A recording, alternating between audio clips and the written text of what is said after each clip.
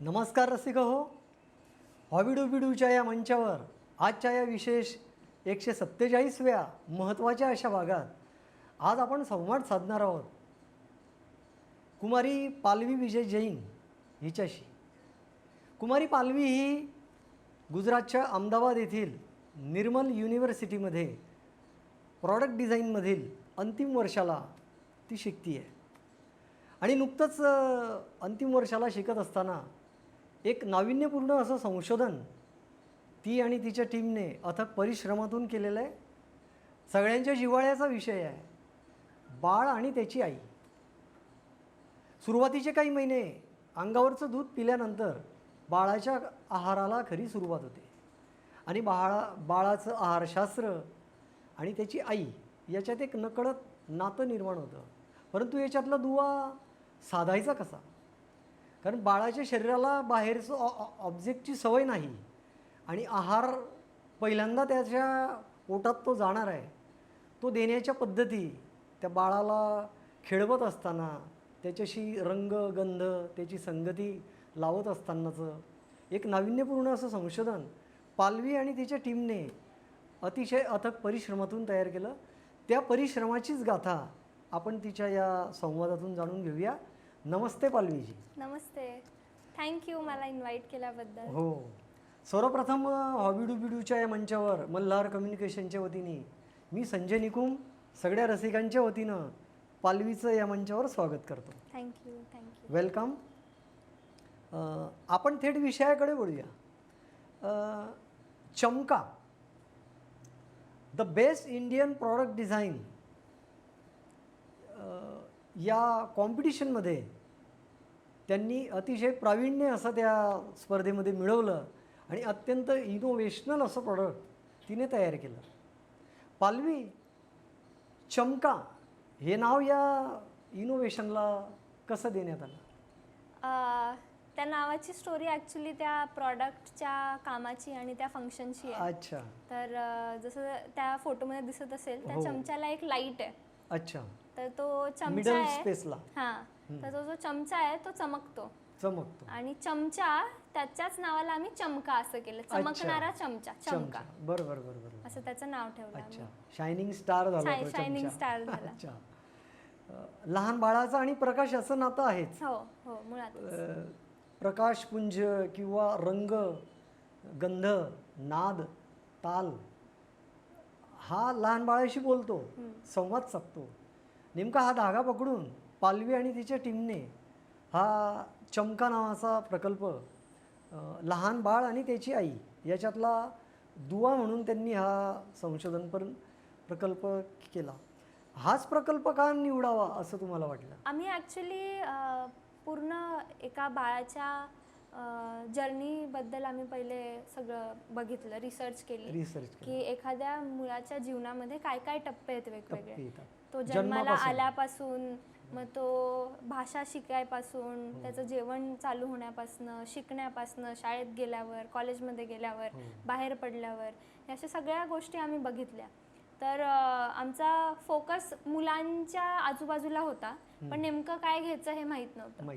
पण आणि हा सगळ्यात मोठा महत्त्वाचा टप्पा असतो कुठल्याही प्रोजेक्टचा की करायचं काय नेमकं. आणि स्काय इज द लिमिट. कुठलाही टॉपिक घेऊ शकता, कितीही काम करू शकता, कसं निवडणार. आणि प्रत्येक वेळेस तो टॉपिक निवडताना भीती असते की अच्छा आपण हे घेतोय पण ह्याच्यापेक्षा जास्त बेटर काहीतरी असू शकतो का घ्यायला टॉपिक.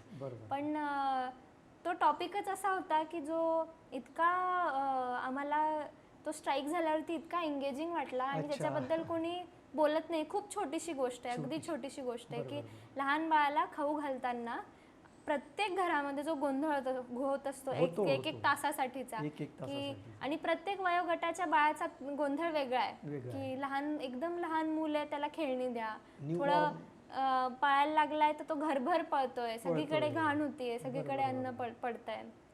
तर हा जो काही सगळा खाऊ घालण्याचा आणि त्या आहार आणि पोषणाचा जो विषय होता, तर आमचा ओव्हरआर्चिंग टॉपिक हा आहार आणि पोषण होता बाळाचा. तर मग त्यात आम्ही बघत होतो की पोषण म्हणजे त्याच्या हेल्थशी रिलेटेड आहे, मग त्याच्या फिटनेसशी रिलेटेड आहे. तर एकतर खेळ आणि एक्सरसाइज ह्या सगळ्या गोष्टी आहेत त्याच्याशी रिलेटेड, आणि डायरेक्ट फूड हे रिलेटेड आहे. मग आजकालच्या काळात ऑलरेडी फूडमध्ये इतका कॉम्प्लेक्सिटी आहे की बाहेरचं जेवण एवढं अवेलेबल आहे.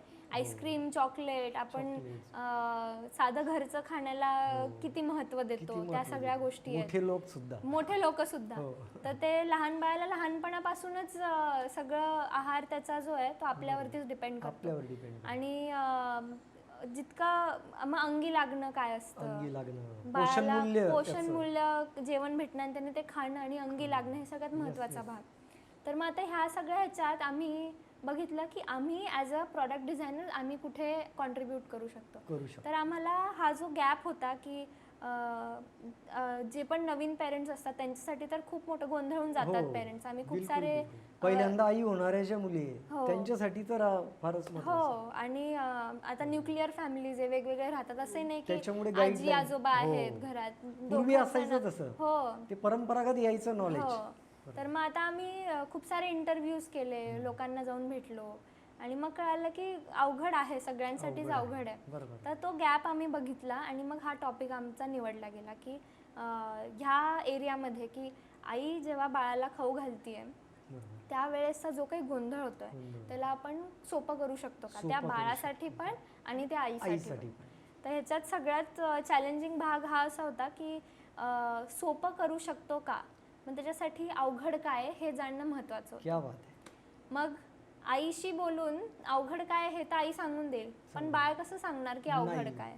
तर हे सगळं आम्हाला ऑब्झर्वेशनच्या माध्यमातून. तर मग त्यांचे इंटरव्ह्यूज घ्यायचे, त्यांना बघायचं, वेगवेगळे व्हिडिओज बघायचे, आपल्यासमोर त्यांना खाऊ घालून म्हणजे त्या आपल्या नातेवाईकांशीच बोलायचं की काय होतं त्यांच्याच गोष्टीतनं, की ते बाळ कसं रिॲक्ट करतंय, कसा बिहेव करतोय, काय रिॲक्शन मिळते, काय गोष्टी आवडतात, काय गोष्टी नाही आवडत.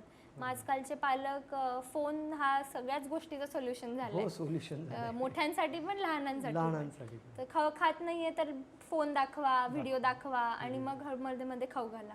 या सगळ्या गोष्टी ऑब्झर्वेशनने कळाल्या आणि मग असं करत आम्हाला कळालं की नाही, हे टॉपिक जो आहे हा महत्त्वाचा आहे आणि याला ॲड्रेस करणं गरजेचं आहे. पालवी, या कॉम्पिटिशनसाठी जात असताना कोणकोणते प्रोजेक्ट तुमच्या डोळ्यासमोर होते? मग तिथे actually India's best design awards हे कॉम्पिटिशन होती आणि त्याच्यात स्टुडंट कॅटेगरीमध्ये मी पार्टिसिपेट केलं. आणि ह्या वर्षी स्टुडंट कॅटेगरी ह्याच वर्षी त्यांनी इंट्रोड्यूस केली होती. ह्याच्या आधी ते फक्त प्रोफेशनल्स आणि जे MNCs असतात, स्टुडिओज असतात त्यांच्यासाठीच होतं. तर एलिजिबिलिटी खूप सोपी होती. त्यांना जे पण तुम्ही प्रोजेक्ट्स केलेले आहेत ऑलरेडी कॉलेजमध्ये त्यांना तेच हवे होते. नवीन तुमचं काही करायचं नाही, नवीन ब्रीफ नाही, काही नाही. तुम्ही आतापर्यंत जे काही काम केलंय त्यातले तुमच्या आवडीचे कुठलेही 4 प्रोजेक्ट्स तुम्हाला द्यायचे आहेत. तर ते 4 प्रोजेक्ट्समध्ये 2 डिझाईन प्रोजेक्ट्स द्यायचे होते आणि 2 स्किल बेस्ड प्रोजेक्ट्स.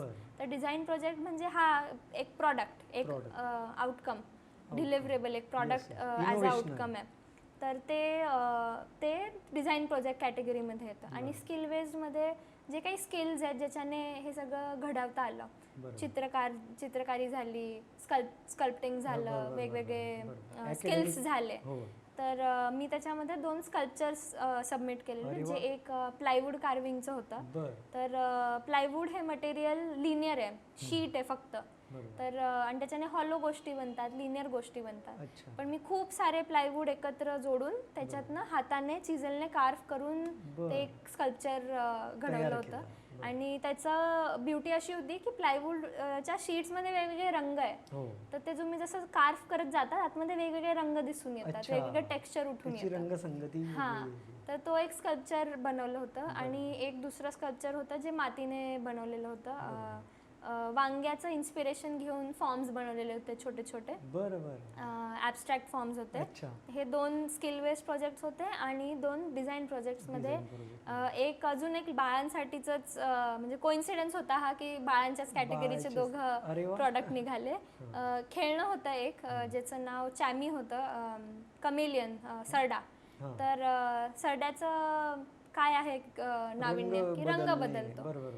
तर आम्ही एक असं खेळणं बनवलं जो खरोखर तुम्ही ज्याही सरफेसवर ठेवाल त्या रंगाचं ते खेळणं होतं. अरे वा. ते सरडा बनवला तर इथे ठेवलं तर निळा होईल, माझ्या ड्रेसवर ठेवलं तर हिरवा होईल, असं ते खेळणं बनवलं. आणि चौथा प्रोजेक्ट हा होता चमका, जे बाळांचा आहारासाठी आणि त्यांना खाऊ घालण्यासाठीचं एक इनोव्हेशन होतं. पालवी, या प्रकल्पाची उभारणी करत असताना याचं प्रिपरेशन म्हणून चमका बाळाच्या तोंडात देण्याच्या आधी अशा काही छोट्या छोट्या मग बाळांची तुम्ही काही निरीक्षणं नोंदवली होती का? हो, कशी नोंदवली? तर जसं मी सांगितलं की आम्ही इंटरव्ह्यूज घेतले, लोकांच्या घरी गेलो, बघितलं वेगवेगळ्या. हां, अहमदाबादमध्येच आम्ही जितक्या लोकांकडे जाता आलं, सोसायटीत जाऊन आम्ही दुसऱ्यांच्या घरी जाऊन विचारपूस केली, बघितलं. तर सगळ्यात मोठं ऑब्झर्वेशन हे की बाळ अन्न सोडून सगळं खातं. अच्छा. त्याला तुम्ही खायला द्या ते नाही खाणार, पण जे नाही खायचंय ते पहिले खाणार, दुसरी वस्तू. मग त्याचं ह्याच्या मागे कारण काय? तर त्याचे सेन्सेस ज्याच्याने ऍक्टिव्ह होतात, ज्याच्याकडे अट्रॅक्शन जातं, बरोबर, त्याच्याकडे तो वेधला जातो आणि त्याला ते खायचं असतं. मग ते रंग असतात, आकार असतो, दृश्य असतं, बेसिकली आवाज असतो. तुम्ही खुळखिळा द्याल तर घेईल, खाईल. बरोबर. पण तर जेवणाचा तसं बघायला गेलं तर त्याला काय दिसणार आहे त्याचं रूप? त्याला रंग नाही दिसत आहे, त्याला त्याचा काही आकार नाही दिसत आहे, त्याचा काही आवाज नाहीये, आहार म्हणून काही असतं त्याला माहितीच नाही. तर मग हे सगळे ऑब्झर्वेशन होते की खात नाही. आणि खूपच जसं मी पहिले सांगितलं की खूप त्रासिक असा तो 1 तासाचा मोठा खेळ असतो अख्ख्या घरात. 1 तासाचा. तर आई खाऊ घालते, खात नाही, मान इकडे तिकडे करतं, तोंड बंद करतं. मग दुसरं काही आई असं दुसरं काही टाकते आणि केलं की लगेच दुसरा आपला चमचा टाकते, कारण की इकडे काही अट्रॅक्शनच नाहीये. जे दुसरं अट्रॅक्टिव्ह आहे ते त्याच्याकडेच बाळ वेधलं जातं. तर हे सगळे ऑब्झर्वेशन होते. आणि मग अशा याच्यातनं आम्ही ह्या कन्क्लुजनवर आलेलो की चमच्यामध्ये काहीतरी करणं गरजेचं आहे. जो खूप सारे पॉईंट्स होते, जसं आता वाटी आणि प्लेट पण एक ऑप्शनमध्ये होतं की आम्ही सगळे प्रॉडक्ट्स नोट केले की ह्या सगळ्या त्या सिनारिओमध्ये काय काय प्रॉडक्ट्स आहेत. वाटी आहे ज्याच्यातनं खाऊ घालणारे, चमचा आहे ज्याच्याने खाऊ घालणारे, प्लेट आहे कधी कधी, पाण्याची बॉटल आहे, दुधाची बाटली आहे, अशा बऱ्याचशा गोष्टी आहेत. मग आपण कुठला निवडायचा? निप्पल आहे, बॉटल आहे, वेगवेगळ्या गोष्टी, इव्हन एखादं सेपरेट खेळणं पण असू शकतं, पण आपण काय निवडायचं?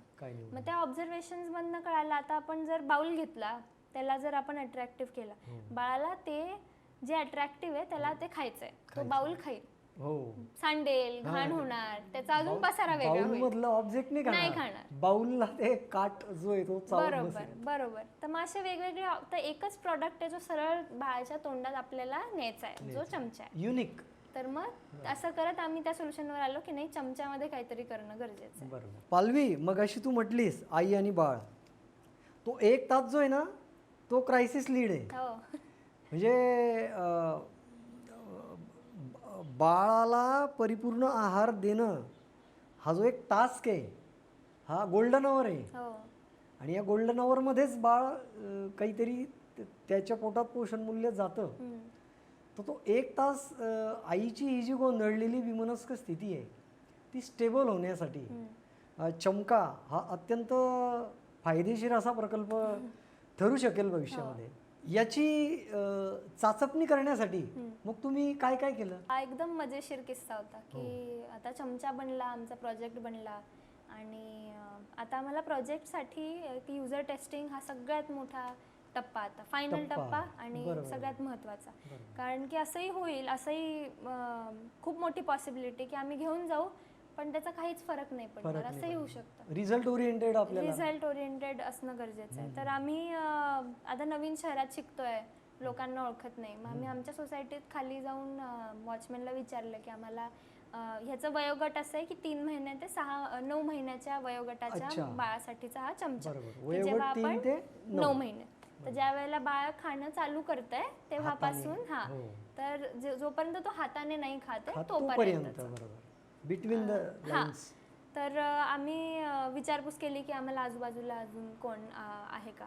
तर मग आम्ही खाली थांबलो आणि आमच्या समोरून एक काका चालले होते आपल्या बाळाला घेऊन. तर जो अगदी आमच्याच पाहिजे त्या वयोगटातलं बाळ होतं. तर आम्ही त्यांना जाऊन विचारलं की आमच्या हातात चमचा होताच. आम्ही त्यांना विचारलं की आम्हाला असा असा आमचा प्रोजेक्ट आहे, आम्हाला बस 1-2 मिनटं तुमच्यासोबत फोटो घ्यायचा आहे, तुम्ही परवानगी द्याल का? मग ते आम्हाला आनंदाने त्यांच्या घरी घेऊन गेले आणि आम्ही त्यांना सांगितलं की बस तुम्ही पाण्याने त्याला 2 घोट फक्त त्या चमच्याने पाजा आणि आम्ही त्याचा फक्त फोटो घेऊ. आणि ते जेव्हा त्यांनी फक्त तेवढ्यापुरता 2 घोट त्यांनी त्या चमच्याने त्या बाळाला पाजले आणि आम्ही फोटो झालं आणि आम्ही चमचा घेतला आणि आम्ही निघायला लागलो आणि ते बाळ रडायला लागलं. तर आम्हाला आनंद झाला पण दुःखही झालं की आम्ही त्या पेरेंट्सचं थोडं काम अवघड करून आलो, त्या बाळाला रडवून आलो. पण ते एक व्हॅलिडेशन होतं की त्या बाळाला तो चमचा हवा होता आणि तो शांतपणे पित होता पाणी त्या चमच्यातनं. पण जसा तो चमचा दूर जातोय हे त्याला कळालं, तो रडायला लागला आणि तेच आमच्या प्रोजेक्टची विक्ट्री होती. बाळ अट्रॅक्ट झालं, त्याचा दुवा काय होता? म्हणजे त्या चमकामध्ये तुम्ही असं काय कुठल्या गोष्टीकडे लक्ष दिलं ज्याच्यामुळे बाळ अट्रॅक्ट झालं? तर आता चमचा त्याच्या सेंटरमध्ये एक ट्रान्सल्युसंट ट्यूब आहे ज्याच्यातून लाईट होतं, लाईट आहे त्याच्यामध्ये आणि हा एक स्मार्ट चमचा, त्याच्यामध्ये एक सेन्सर पण आहे. तर तो चमचा जेव्हा कुठल्याही बाळाजवळ जातो त्या लाईटची इंटेन्सिटी चेंज होते. अच्छा, त्या बॉडीजवळ जेव्हाही जातं तेव्हा त्याच्या लाईटची इंटेन्सिटी चेंज होते. मग ते फूडकडे जेव्हा जातं तेव्हा त्याची इंटेन्सिटी चेंज होते. आईचा हात मध्ये येतो तेव्हा इंटेन्सिटी चेंज होते. तर कुठलाही ऑब्जेक्ट जेव्हा त्या चमच्याच्या समोर येतो, मुवमेंट आणि डिस्टन्स, प्रॉक्झिमिटी सेन्सर आहे त्याच्यावरती. तर जशी जवळीक वाढते तसं त्या इंटेन्सिटी, त्या लाईटची इंटेन्सिटी बदलते. तर हे खूप डायनॅमिक आहे नेचरमध्ये. त्याचा पॅटर्न नाहीये की एका सेकंदाने 3 वेळेस चमकेल, मेजरमेंट नाहीये. तर कारण की मेजरमेंट ठेवला तर बाळांसाठी असं असतं की खूप लवकर बोर होऊन जातात. तर त्यांच्यासाठी नाविन्यता पूर्ण वेळ असली तरच ते प्रॉडक्ट काम करेल.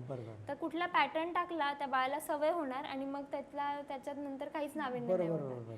पण हे प्रॉक्झिमिटीवरती आणि ते रिअल टाइम ह्याच्यावरती आहे की जेव्हा जसं प्रॉडक्ट येईल, समोर येईल, कुठलाही ऑब्जेक्ट येईल, बाळ येईल, त्याचा हात येईल, त्यावेळेला त्याची इंटेन्सिटी बदलणार. तर प्रत्येक वेळेस त्याला काहीतरी नवीन त्याच्याशी इंटरॅक्शन राहील, त्याचं स्वतःला रिलेट करतो. करेक्ट. तर मग त्याला ते आणि रंग जे आम्ही ठेवले त्याचा पण आम्ही स्टडी केला की त्या वयाच्या बाळांसाठी रंग, सौम्य रंग, रंग म्हणजे प्रायमरी कलर्स हे सगळ्यात परसिवेबल असतात बाळांसाठी. लाल, पिवळा, निळा आणि पांढरा, हे 4 रंग सगळ्यात परसिवेबल आहेत. त्याच्याकडे ते जास्त लगेच अट्रॅक्ट होतात. तर आम्ही ते रंग वापरले आणि लाईटची इंटेन्सिटी पण बाळासाठी सेफ असेल अशीच वापरली आहे. त्याचं डिझाईन अशा प्रकारे केलंय की डायरेक्ट लाईट त्याच्या डोळ्यांवरती पडत नाही आणि अगदी हलका त्याला कळतं की तिथे मुवमेंट चालली आहे असं. तर ती जी मुवमेंट आहे ती बाळाला बांधून ठेवते आणि असं त्याचं फंक्शन हे. आणि तिथे आम्ही रंगांचे एक बटन पण दिले जे पेरेंट्सच्या हातात आहे. तर त्याला जो रंग आवडेल ते रंग पेरेंट्स सेट करू शकतात. लक्षात येतं त्यांच्या की या रंगाकडे. मग हे आता जसं लहान ते खाऊ घालताना बरेचसे पेरेंट्स स्टोरी सांगतात की हा चिवचा घास, हा काऊचा घास. एक इंटरॅक्शन असतं बाळासोबत त्यावेळेला. एक आपण गोष्ट सांगतो, असं मजेदार करतो, प्रतिसाद देतो. तर हा जो प्रॉडक्ट आहे हा त्या स्टोरी टेलिंगचा भाग होऊ शकतो. हे ते कॅरेक्टर होऊ शकतं की चमका आलाय त्याला ते आता कळतंय की अरे आता लाईट आपल्याला जर चेंज करायचं आपल्याला तोंड उघडावं लागेल. कारण की तो जेव्हा तोंड उघडेल तेव्हाच त्याची लाईट इंटेन्सिटी चेंज होणार आहे प्रॉक्झिमिटीमुळे. तर त्याला सेन्सेशन येतं. करेक्ट. तर हे त्याला हॅबिच्युएट करतोय की तुला त्या चमच्याचा रिझल्ट घ्यायला तुला ते खावं लागेल. तर असं आम्ही ते सगळं केलेलं. पालवी, अत्यंत महत्त्वाकांक्षी असा हा प्रकल्प, विशेषतः आयुष्यात पहिल्यांदा आई होणाऱ्या ज्या मुली आहेत त्यांच्यासाठी अतिशय हा अत्यंत म्हणजे माइलस्टोन ठरणारा हा प्रकल्प आहे. आणि अनेक अशा आयांचं जगणं सुसह्य करणारा हा चमका की बाळाचं संगोपन करत असताना तुम्ही जे मगाशी म्हणालात की न्यूक्लिअर फॅमिली आहे आधीच, त्याच्यामुळे आईचं काम तुम्ही सोपं केलं उलट याच्यातून. पालवी, मला एक विचारायचं आहे की या उपकरणाची हाताळणी सुलभ होण्याच्या दृष्टीने, हम्म. कारण बाळाचे ओठ बरं. नाजूक आहेत, त्याच्या तोंडात पहिल्यांदा असं काहीतरी बाहेरचं ऑब्जेक्ट जाणार आहे. तर याची सगळी सर्वतोपरी काळजी घेत असताना तुम्ही या उपकरणाची जुळवाजुळव करत असताना कोणकोणत्या साधनांचा वापर केला त्याच्यात? हा एक महत्त्वाचा आणि खूप सिरियस भाग आहे ह्या प्रोजेक्टचा, की चाइल्ड सेफ्टी. त्याला चाइल्ड सेफ्टी, कुठलाही आपण प्रोडक्ट बनवतोय हे त्या बाळासाठी सेफ असणं सगळ्यात महत्त्वाचं आहे. तर जसं आम्ही लाईट्समध्ये पण त्या इंटेन्सिटीमध्ये सेफ्टीचा विचार केला होता, तर तसंच मटेरियलमध्ये पण. आता पहिले तर जेव्हा तो बनवायचा होता त्याचा जो आकार आहे, आता त्याच्यामध्ये जे काही कंपोनंट्स आहेत, आतमध्ये सर्किट आहे, IoT आहे, बरोबर, तर त्या सगळ्या कंपोनंट्सला धरून आकार बनवायचा होता. बरोबर. तर पहिले तो आकार ठरवणं गरजेचं होतं. तर आम्ही पहिले थर्मोकॉलने त्याचे छोटे छोटे प्रोटोटाइप्स बनवले, की काय आकार बरोबर राहील, कारण की आईला धरायचं आहे. तर अर्गोनॉमिकली चांगला असायला हवा, पकडायला सोपा हवा, हाताळायला सोपा हवा, वॉशिंग सोपा हवा, आणि मग बाळाला वॉशिंग पण सोपं हवं. तर आम्ही हे जे ते प्रोटोटाईप आहे हे आम्ही PLA प्लास्टिक 3D प्रिंट केलेलं आहे. कारण की प्रोटोटाईपमध्ये आपण ॲक्च्युअल जे आता जसं हे जर मॅन्युफॅक्चरिंगला जायचं असेल तर हे सिलिकॉनमध्ये बनायला पाहिजे, जे चाइल्डसाठी सेफ मटेरियल असतं. त्याचा तो ग्रेड घेता येतो सिलिकॉनचा, जो सेफ आहे आणि जो वॉशेबल राहील. तर तो सिलिकॉनचा बनेल. पण आपण त्याच्यासाठी मोल्ड लागतं, जास्त हायर उपकरणं लागतात, जे आपल्याला एज्युकेशनल इन्स्टिट्यूटमध्ये करणं सोपं नाही आहे. तर आम्ही 3D प्रिंट केलेला. पण जो चमचा आता आम्हाला टेस्टिंग करायचं होतं, आम्हाला माहीत होतं, तर आम्ही कुठलाही चमचा लावू शकलो असतो. पण आम्ही दुकानांमध्ये जाऊन आपला जो ॲक्च्युअल मार्केटमध्ये जो बेबीजचा जो चमचा भेटतो, जो BFA फ्री असतो, जो सेफ असतो बाळांसाठी, तो चमचा घेऊन आम्ही तो ह्याला जोडला आणि मग त्याची टेस्टिंग केल्या गेली. आम्ही असंच कुठलंही प्लास्टिक घेऊन आम्ही ते टेस्टिंगला नाही दिलं, कारण की ते सेफ असणं गरजेचं आहे. बाळाचा विचार तुम्ही केंद्रबिंदू ठेवला. हो हो हो. तर असं सगळं केलेलं. आणि ह्याचा पुढे म्हणजे जसं मी सांगितलं की सिलिकॉनमध्ये केलं जाऊ शकतं, इव्हन लाकडातही केलं जाऊ शकतं. त्याच्यात लाकडाचे आपण कार्विंगमध्ये पण त्याला केलं जाऊ शकतं, ते उलट अजून जास्त सेफ. हो हो. तर असे त्याचे खूप पुढे मॅन्युफॅक्चरिंगसाठी वेगवेगळे ऑप्शन्स आहेत. पण आम्ही आता जे प्रोटोटाईप बनवलं ते 3D प्रिंट करून प्लास्टिकमध्ये बनवलेलं. आणि तो जो चमचा आहे जो बाळाच्या डिरेक्ट कॉन्टॅक्टमध्ये, तो सेफ आहे, BFA फ्री प्लास्टिकमध्ये केलेला. म्हणजे अंतिम स्वरूप देताना तुम्ही या सगळ्या मटेरियल्सचा उपयोग घेतला आणि त्याचा आधी टेस्टिंग करून घेतलं, त्याच्या मागच्या पुढच्या सगळ्या परिणामांचा पण तुम्ही अभ्यास केला, आणि नंतर तुमच्या लक्षात आलं की बाळासाठी हे उपयुक्त आहे, त्याच्या सुरक्षिततेसाठी पण हे अतिशय चांगलं आहे. अतिशय छान. पालवी, या उत्पादनाचं इनोव्हेशन करत असताना, नाविन्यपूर्ण असं संशोधन करत असताना अजून याच्यात काय, आत्ता हे प्रायमरी स्टेजला आहे, अजून याच्यात काय इनोव्हेशन केलं जाऊ शकतं, अजून काय ॲड केलं जाऊ शकतं असं तुला वाटतं संशोधक म्हणून? तर संशोधक नाही मी, पण एक त्याच्यात जे तू परिश्रम घेतले, जसं तू रंगांचा उपयोग केला, अजून काही गोष्टींचा उपयोग होऊ शकतो असं तुला वाटतं? बरोबर, अर्थातच. तर खूप सारे अजून ह्याचा फ्युचर स्कोप खूप आहे. आम्ही सगळं काही बनवू नाही शकलो, कारण की वेळेचाही भाग नव्हता. पण जे कंपोनंट्स भेटत आहेत, जे आम्हाला रिसोर्सेस भेटत आहेत, सध्या आम्ही त्याला कशालाच आम्ही कस्टमाइज नाही करू शकत, आणि पाहिजे तसं बनवू नाही शकत. म्हणून आम्ही जे प्रायमरी गोल्स होता आम्ही तो अचीव्ह मॉडेल तुम्हाला सादर करायचं. बरोबर. तर आता ह्याचा पुढचा स्कोप काय असू शकतो, की आता ह्याच्यात लाईट आहे आणि सेन्सर आहे. दोन गोष्टी आल्यात, आणि लाईट चेंज होतोय, त्याचे इंटेन्सिटी बदलते, रंग बदलतोय. तर आता ह्याच्यामध्ये पुढे असं होऊ शकतं की अन्नाचा टेम्परेचर जे आहे त्याच्यानुसार त्या चमच्याचे लाईट बदलू शकतो. तर जसं गरम असेल तर तो लाल होईल, थंड असेल तर निळा होईल, हे होऊ शकतं. म्हणजे आपण त्याचं टेम्परेचर सेन्स करू शकतो फूडचं. त्याच्याने ते पण एक सेन्सिटिव्हिटी डेव्हलप करते बाळामध्ये. दुसरी गोष्ट, जर आता टेम्परेचर आलंच आहे आणि हा चमचा बाळाच्या तोंडात पण जातोय, शरीराशी डायरेक्ट कॉन्टॅक्टमध्ये.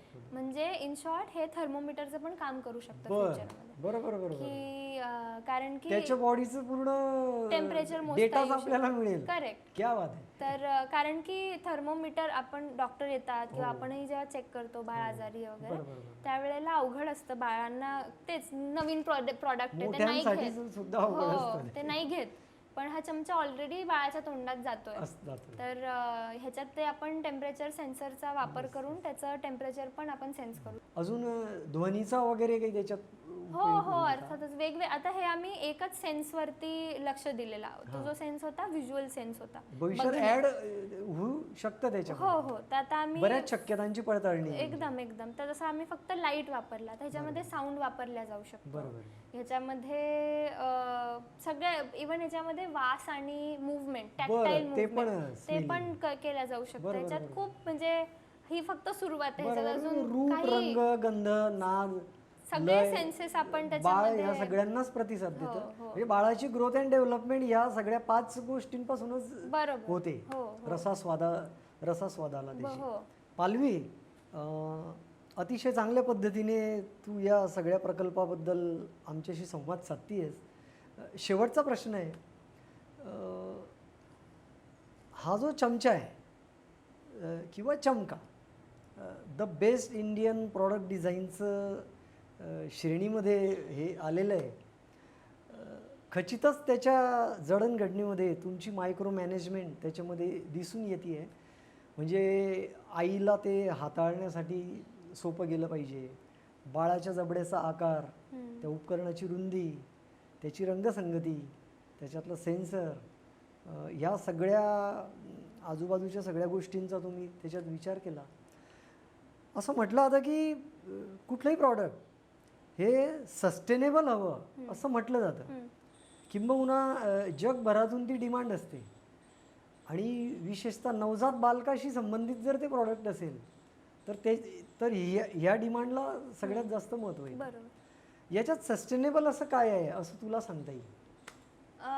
सस्टेनेबिलिटी म्हणल्यावरती आपल्याला सगळ्यात पहिले मटेरियल आणि इको फ्रेंडली अशा गोष्टी डोक्यात येतात. सगळ्यात पण हे नाहीये, हे इको फ्रेंडली नाहीये, हे प्लास्टिक वापरलेलं आहे. पण तर मी ह्याच्याकडे नेते की सस्टेनेबिलिटी फक्त ते नाहीये. सस्टेनेबिलिटी खूप वेगवेगळ्या प्रकारे आपण बोलू शकतो. इंडस्ट्रीमध्ये सस्टेनेबिलिटी म्हणजे आता जे आपल्याला 5 R माहिती आहेत, रिड्यूस, रियूज, रिपर्पज, हे सगळे जे आहेत घटक, हे सगळे सस्टेनेबिलिटीकडे देणारे घटक आहेत. तर हा जो प्रोडक्ट आहे हा रिड्यूसच्या कॅटेगरीमध्ये येतो. तर रिड्यूस म्हणजे कसं, तर जेव्हा कुठला प्रॉडक्ट, जेव्हा आता एक्झिस्टिंग मार्केटमध्ये 4 प्रॉडक्ट्स आहेत समजा, आणि कुठला प्रॉडक्ट ते 4 प्रॉडक्ट्सला रिप्लेस करून ते एकच प्रॉडक्ट कामा येत आहे, त्याला आपण रिड्यूस म्हणू. कारण की ते त्या 2 प्रॉडक्ट्सची गरज कमी करते. तर इथे हा एक चमचा आहे, पण हा एक खेळणं पण आहे. उणीव भरून काढतं बाकीच्या. ह्याला एक कॅरेक्टर आहे. हा फक्त आता चमचा नाहीये, ह्याला एक कॅरेक्टर आहे, एक आयडेंटिटी आहे. हे फक्त एक चमचा नाही, ते खेळणं पण आहे. तर हे 2-3 प्रॉडक्ट्सचे जागा घेत आहे. म्हणून हे प्रॉडक्ट सस्टेनेबल आहे असं आपण म्हणू शकतो. कारण की सस्टेनेबिलिटी ओव्हरऑल त्या आयडियाचं पण सस्टेनेबिलिटी असते की जर कुठला प्रॉडक्ट, सस्टेनेबिलिटी ओव्हरऑल बिझनेसकडे पण जातं, प्रोडक्शनकडे जातं, की किती लाईफ स्पॅनकडे जातं, की एका वर्षामध्ये ते प्रॉडक्ट किती नंबर ऑफ प्रॉडक्ट त्या एका वर्षामध्ये वापरले जात आहेत वर्सेस फेकले जात आहेत, घेतले. अच्छा, वेस्ट पण किती होते.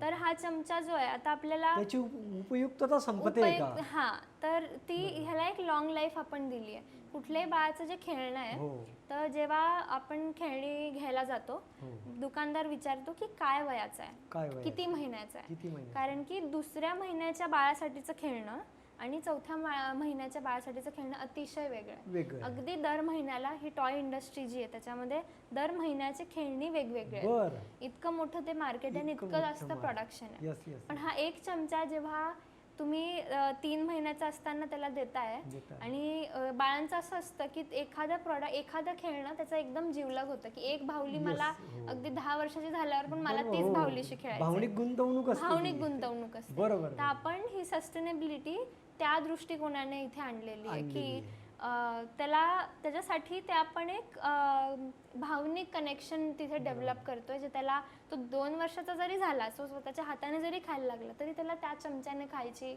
इच्छा जागृत झाली पाहिजे, असं ते प्रॉडक्ट मागेचे आयडिया आहे आणि म्हणून ते सस्टेनेबल आहे की त्याची आपण लाईफ वाढवली आहे. क्या बात आहे. पालवीने नवजात बालकाच्या प्रत्येक आईच्या मनात आशेची एक नवी पालवी निर्माण केली आहे या उपकरणाच्या माध्यमातून. बाळ आणि आई याच्यातला एक चांगला दुवा, विशेषतः बाळाचं अंगावरचं दूध सोडल्यानंतर पोषण मूल्याशी सर्वात पहिला जो संबंध येतो तो या चमकाच्या माध्यमातून, अनेक बाळांचा या चमकाच्या माध्यमातून पोषण मूल्य म्हणजे आहार याचा संबंध या उत्पादनाच्या माध्यमातून येणार आहे. पालवीच्या या जीवन प्रवासाला अधिकाधिक बळकटी मिळो. हॉबीडूबीडूच्या मंचावर तू आलीस, आमच्या सगळ्या चोखंदळ रसिकांशी संवाद साधलास. विशेषतः आई होऊ पाहणाऱ्या सगळ्या मुलींसाठी अत्यंत गाईडलाईन अशी या सगळ्या उत्पादनाच्या माध्यमातून तू दिली. त्यांना मनातल्या मनात बोलतं पण केलं, त्यांना जागरूक पण केलं आणि पॅरेंटशिपकडे जबाबदारीने तू नेण्याचं काम या उत्पादनाच्या माध्यमातून करतेस. हॉबीडुबीच्या या मंचावर तू आलीस, आमच्या सगळ्यांशी दिलखुलात संवाद साधलास. तुझ्या उत्पादनाबद्दल, त्याच्या गुणवैशिष्ट्यांबद्दल, एकूण संशोधन प्रक्रियेबद्दल तू आम्हाला अतिशय परिपूर्ण अशी माहिती दिलीस. मल्हार कम्युनिकेशनच्या वतीनं हॉबीडुबीडूच्या या मंचावर मी तुझं मनापासून अभिनंदन करतो. थँक्यू. मंचावर येऊन तू आम्हाला सगळ्यांना तू बोलतं केलं, वाचतं केलं आणि या उत्पादनाकडे एक वेगळ्या इनोव्हेशनच्या दृष्टीने पाहायला तू शिकवलं. तुझे खूप खूप आभार. थँक्यू. जाता जाता फक्त शेवटचं तुझं ध्येय मग या प्रॉडक्ट डिझाईनमध्ये काय असणार? आता मी शेवटच्या इयरला आहे आणि आता माझं पुढचं ध्येयाकडे मी वळते आणि ही जी आत्ता मला जो अवॉर्ड मिळाला ही त्याची पहिली पायरी होती. बरोबर. माझं ध्येय जे आहे ते एका पर्टिक्युलर प्रॉडक्टशी रिलेटेड नाही आहे, पण ॲज अ डिझायनर मला खूप वेगवेगळ्या गोष्टींमध्ये कॉन्ट्रीब्यूट करायचं आहे. ओव्हरऑल आपण ज्या प्रकारे प्रॉडक्ट्स कन्झ्युम करतो, त्याचा वापर करतो आणि जी आपला दृष्टिकोन आहे त्या प्रॉडक्ट्सकडे बघण्याचा, मला त्या दृष्टिकोनात कॉन्ट्रीब्यूट करायचं आहे की आपल्या कशा प्रकारे आपल्याला लोकांना सेन्सिटिव्ह करता येईल की कुठलंही प्रॉडक्ट वापरण्याच्या मागे एक कारण असलं पाहिजे.